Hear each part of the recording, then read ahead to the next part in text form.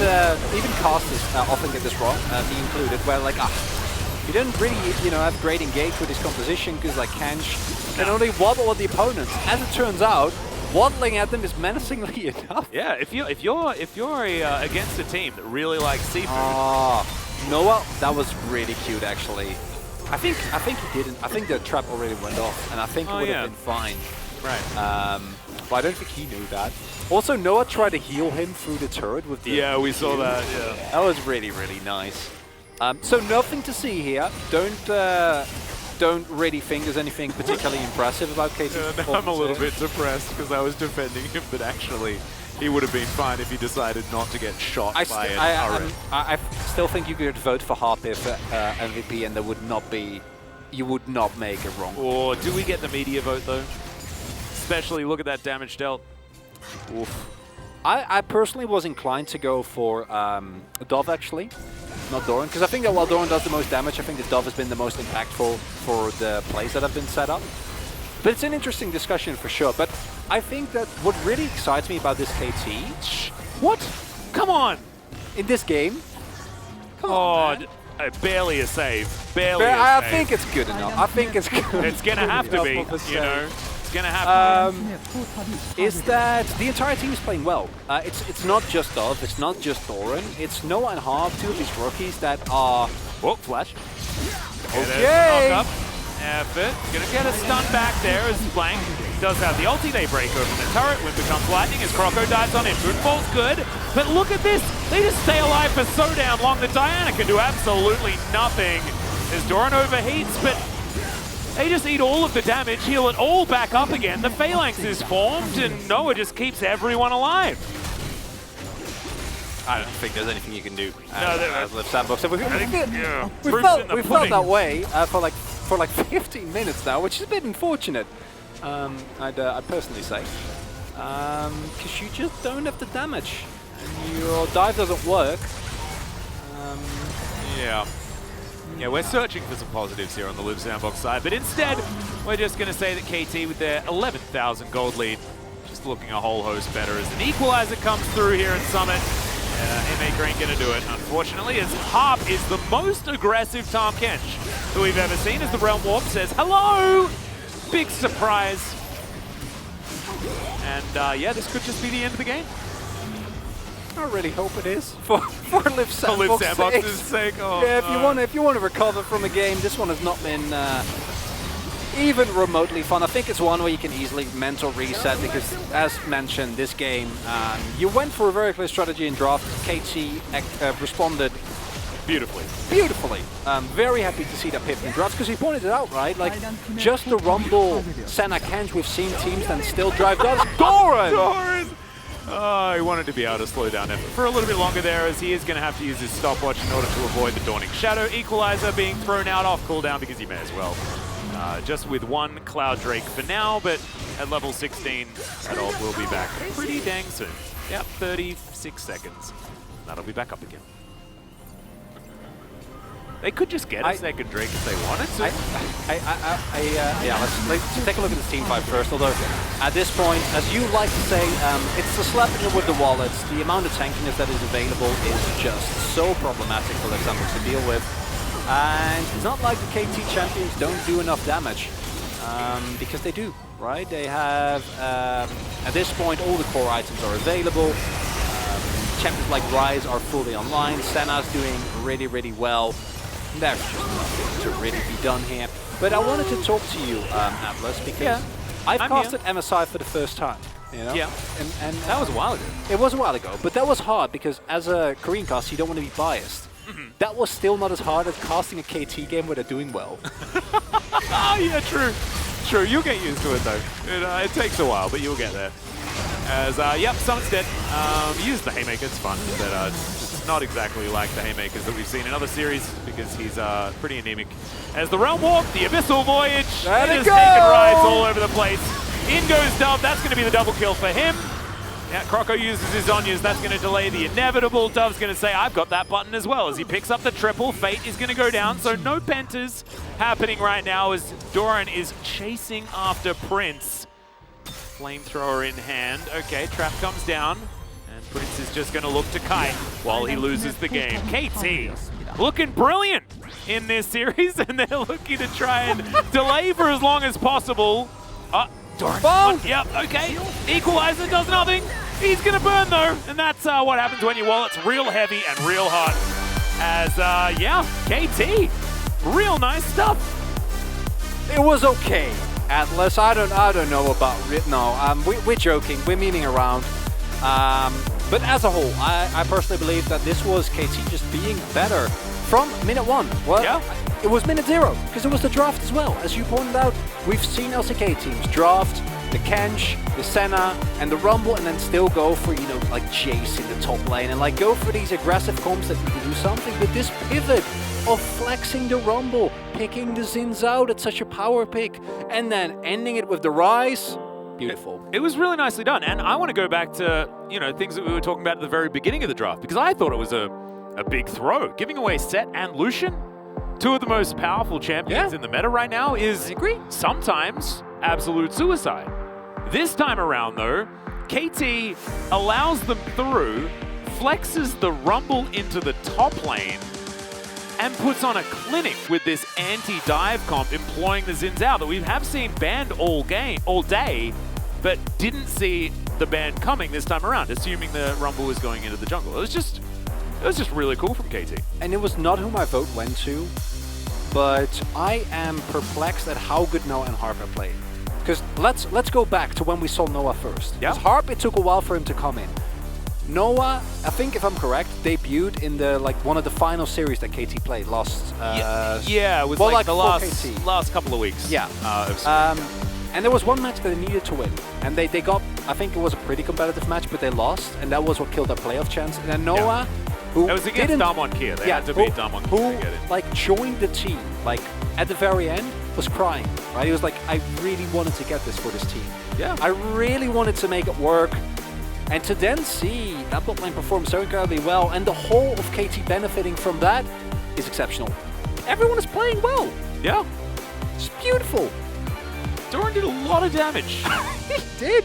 And this is actually really strange, right? Because every time we've seen this attempted flex, it feels like teams trying to be too big brain and it not really being all that great, actually, because Rumble is just so good at mowing through the jungle so efficiently.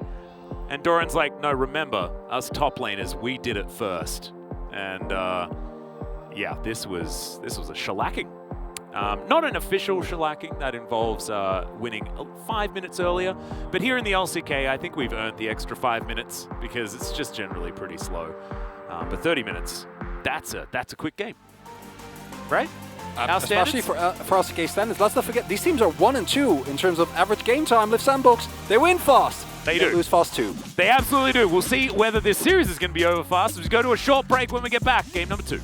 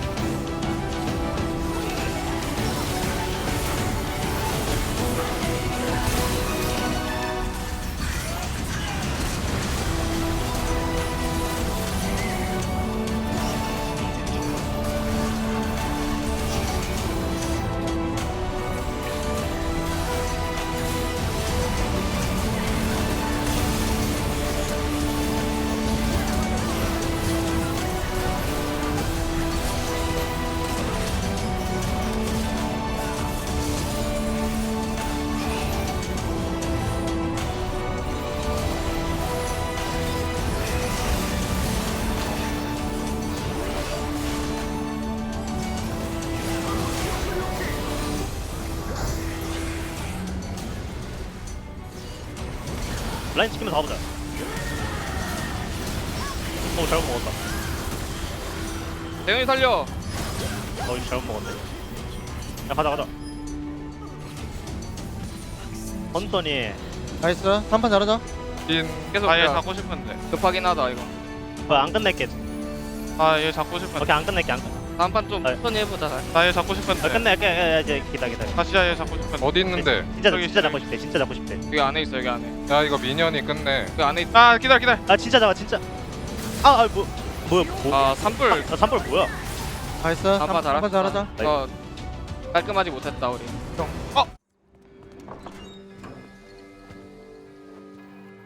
The shipment? Where is it? On its way as we speak.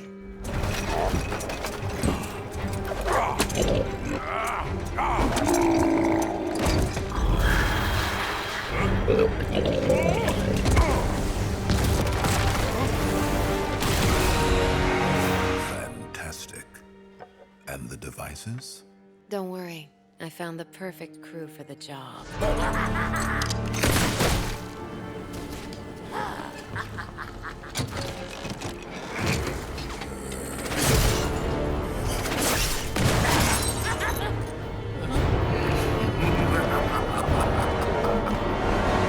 Excellent.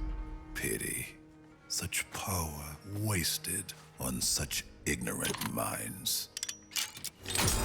Well, once this is over, we can do the world a favor and raise this district to the ground.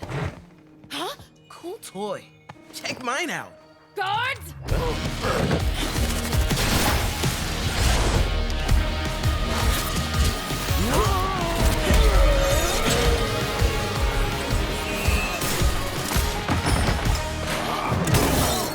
Pity. Such power wasted on such ignorant minds.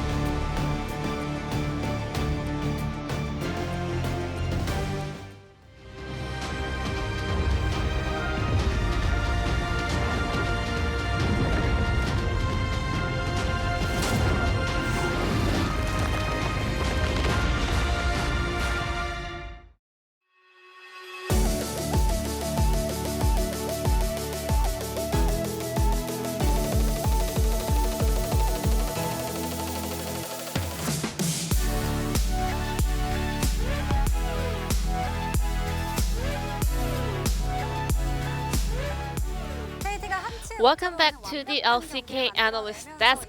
The last one of the week, KT displayed a powerful and flawless performance against Leaf Sandbox. We had a flex rumble onto the top lane, and then the last pick from the blue side was Rise. I think that was really intelligent. I think both teams had some decent blind picks.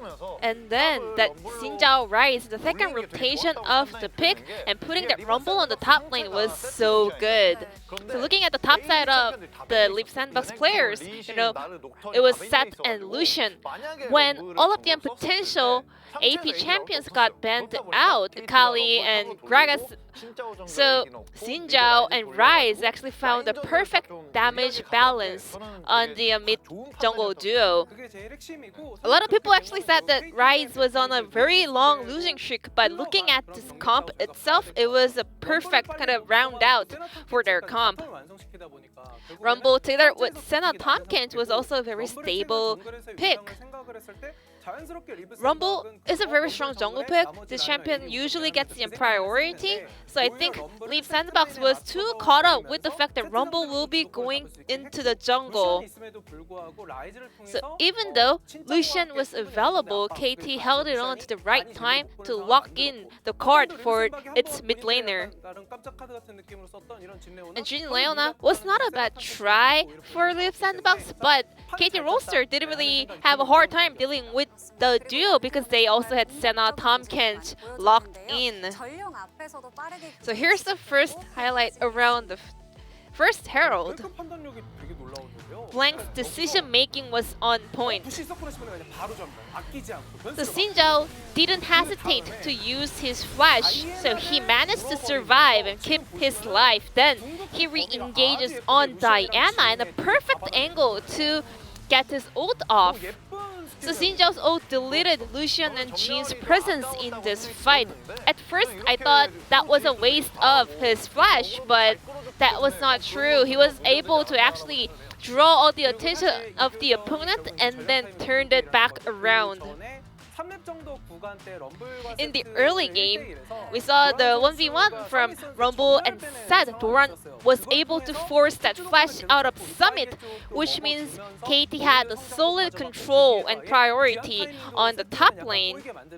Seth also found some hard time getting the tempo to reset, so KT was able to play the map much easier and better. Now let's take a look at the second replay where KT played some awesome ping pong in this team fight. This Team Rocket is trying to conquer the world. Let's see how they did this magic. Leaf Sandbox earlier to this fight found a pick on Senna, but they still couldn't connect that into the Herald because their top side was weaker than KT's top side. So they managed the waves in order to prepare for the Drake, but KT made the decision much faster. Right as they spot Lucian on the bottom lane, they pushed forward to force open a teamfight on the mid lane. They didn't hesitate to throw a shot.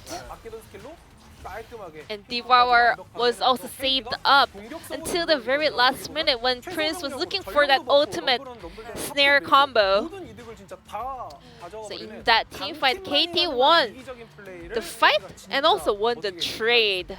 I think KT roster took a comp that required a fair amount of time, but it was really impressive to see that they actually always took the risk once they saw the angle to open team fights, and I think that's the main factor that makes a team a strong team. And the POG will go over to Doran on Rumble. First POG in the summer split. Zero death on this champion. And he outlaned and outplayed Seth on the top lane for sure. Seth has been the talk of the town in the LCK Summer. Everybody was saying that this champion is broken to OP, has no counter. So it was really a bold statement and a strong statement from Doran that he could outplay this laner and also this champion by himself. And later on, that was connected into a solo kill. And he was hiding behind that wall and then collapsed onto the set. And in the final player comm, Doran was crying for this kill. He was asking his teammates not to end the game. Another unlucky 11 out of 12 POG vote with that one media vote missing, but still, I think everyone pretty much agrees that Doran had some pop-off performance, and we're heading to game number 2, so don't go anywhere. I'm gonna toss it back to our casters. Thank you so much, G-Sun, for the translation, and happy birthday for tomorrow as well. If we could get some Feels birthday mans in the chat for G-Sun, because tomorrow, of course, there is no LCK. So this is our closest opportunity to wishing her a happy birthday as the LCK collective. It's a good opportunity, and I wonder, if it's your birthday, do you want the maximum amount of games, or do you know, want to go home? It depends how much you A, like Live Sandbox, and B, like the LCK, and Okay. C, don't like sleep. They're the factors that come into it. Well, a lot of people, you know, especially in the esports world, on Monday might actually be fine. You know, it's a little bit of the unofficial esports weekend. True. We are not included among No, those people. it's the start of the school week. Yeah. Is what it is. As Live Sandbox will be choosing blue side, I do think that blue side is clearly the stronger one. However, knowing Live Sandbox, they are going to draft the exact same way, and I would personally be very happy to see them ban away the Kench, because I think that if there is one champion that completely negates anything you try to do on the map, it is Harp's Tom Kench, because he is one of those Kench players like Carrier before him that isn't just there to press W. He's an initiation He Kench. does stuff. Oh yeah, all And around the map. Not fun to play against. Yeah, I think that that should certainly warrant a ban.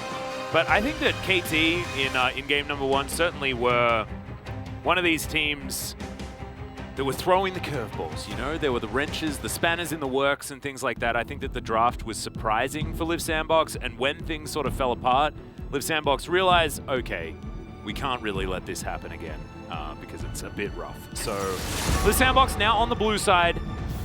See whether they can use that to their advantage. They've clearly, both teams have identified the win conditions. 11 out of 12 votes. There we go. Nice Live Sandbox. Haha! That's a lesson learned. No more Kench on benching here by KT. Thresh could be banned away here by KT as well. I think that the Thresh from Effort was a worthwhile ban in game number 1. But now that KT do occupy the red side, there are certainly a few more things that they do need to take care of. The Akali being one of them. Of course, they did ban it on blue side last time around. As Xin taken off the board as well. So many of the picks that were just used against them gotten rid of here for this game. I like it from Live Sandbox, going for the mental reset, not wanting to go up against what they were dealing with in the last game. Also tells me that Live Sandbox are not going to pivot away from their strategy whatsoever. And they're going to draft the exact same style of comp. Set first pick available here. And normally I'd be like, maybe they won't go for the Rumble, which was banned away. But it's Live Sandbox, so I just assume that that set first pick is going to come in here.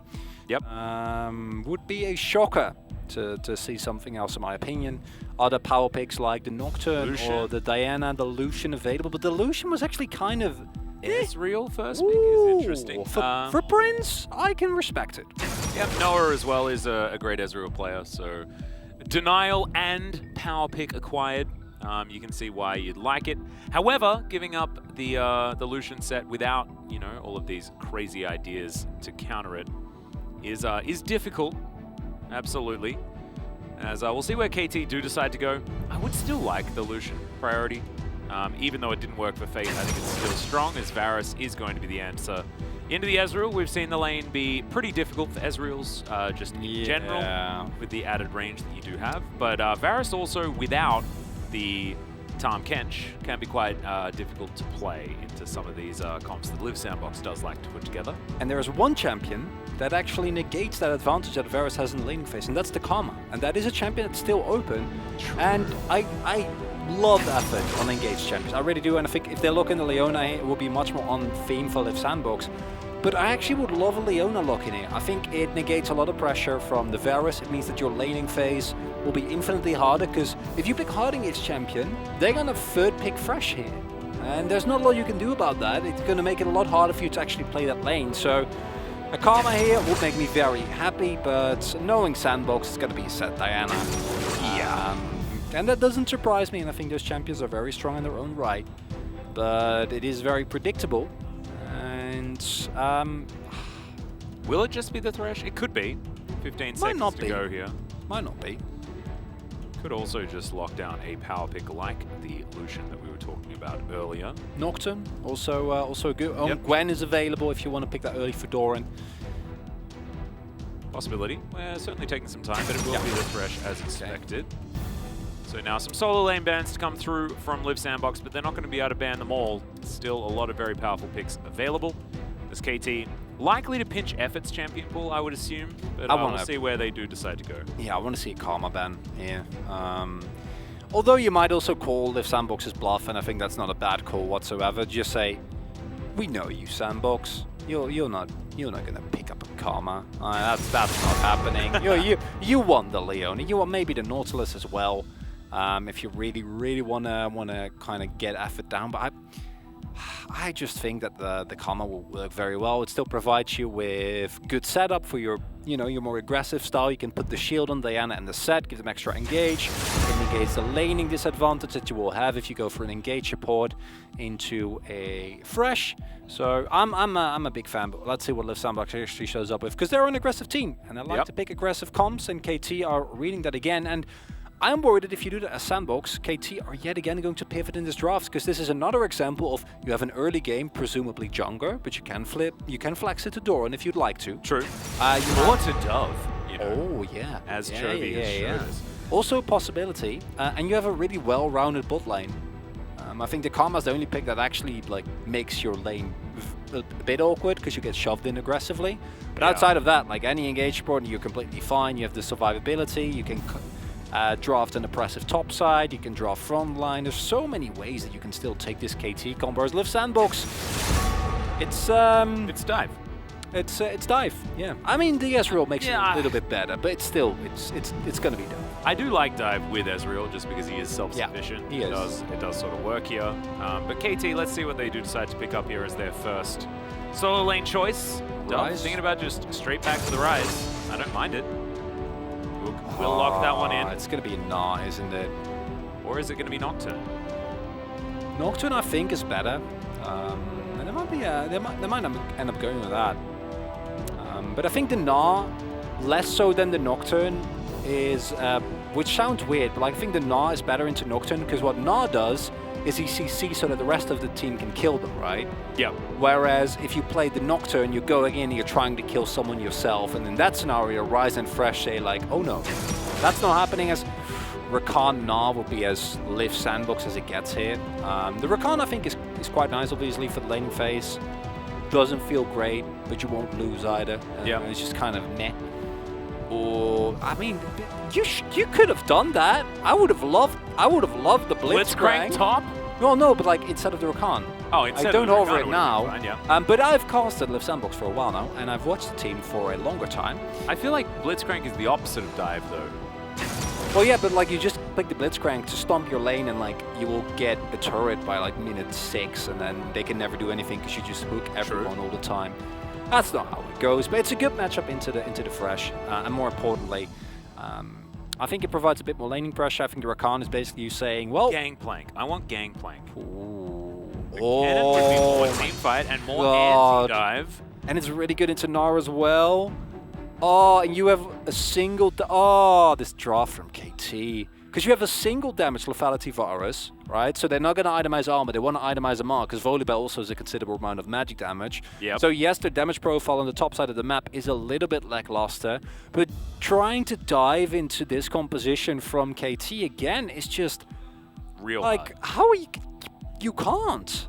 The thing that's a little bit awkward as well about the whole MR situation is that Fate is going to be building basically the same items every game. Yeah, it doesn't matter. Stridebreaker into Sterix, into Titanic Hydra, or something like that, which isn't a massive amount of MR. Yes, he'll probably build the Merc Treads, but I mean, that's probably about all you're going to get. So in reality, you might look at the damage profile and be like, that's terrible.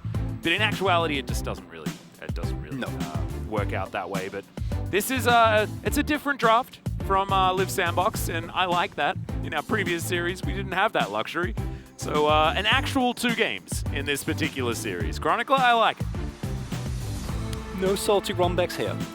We do actually have people learning from the previous matches, because I do think that this composition from Live Sandbox, it's not as binary.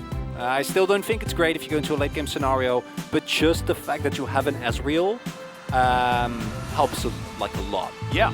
Like it makes it way better. It's still not great, but if you go in on even footing, you will be fine. Don't fall as far behind as you did in game number 1, but hopefully the lack of necessity to hard force should take care of that for the Sandbox. Otherwise, we might be in for a very swift series here. Yep, Doran pretty happy that he gets to take Lightning Rush first, makes it to this brush. Heck yeah. Beautiful. One thing that Live Sandbox can do is shut down the Varus really hard, and then they don't need to worry about that whole lots of physical damage coming from him scenario. And then if they do decide to build a bit more of that MR, if they decide to go away from what are the standard builds, then perhaps, you know, there's the thing that they could go for. But that's the hard part, right? Like, unless Prince and Effort find a big outplay, I don't expect, like, that's what the combo would provide you with the opportunity to take early control of the lane, then get a big wave, bounce it back, and then set up another big wave after the wave has bounced into you, and set up a dive with your level 6 Croco and Fade. Like, I think that's a possibility. But going Rakan means that you basically give up any form of control over that lane. Because I don't think Ezreal by himself is strong enough. I think the fresh Varus combination is just too threatening.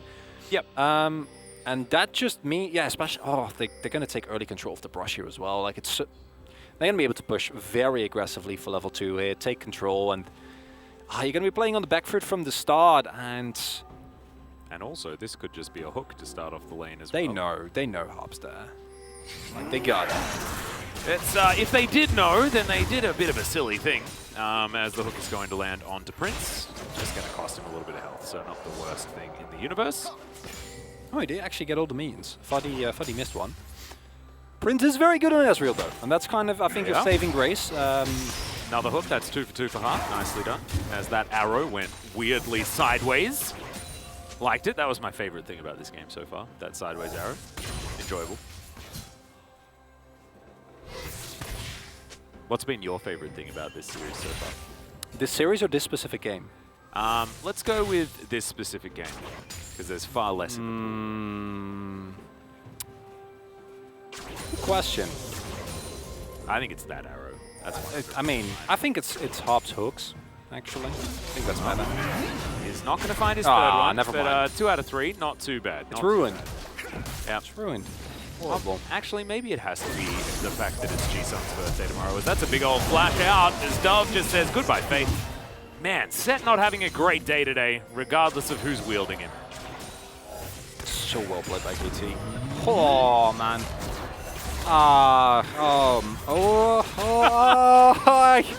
I'm getting worried. I'm getting worried, Atlas, because it's better to get worried in a series like this. You make less people upset. Yeah.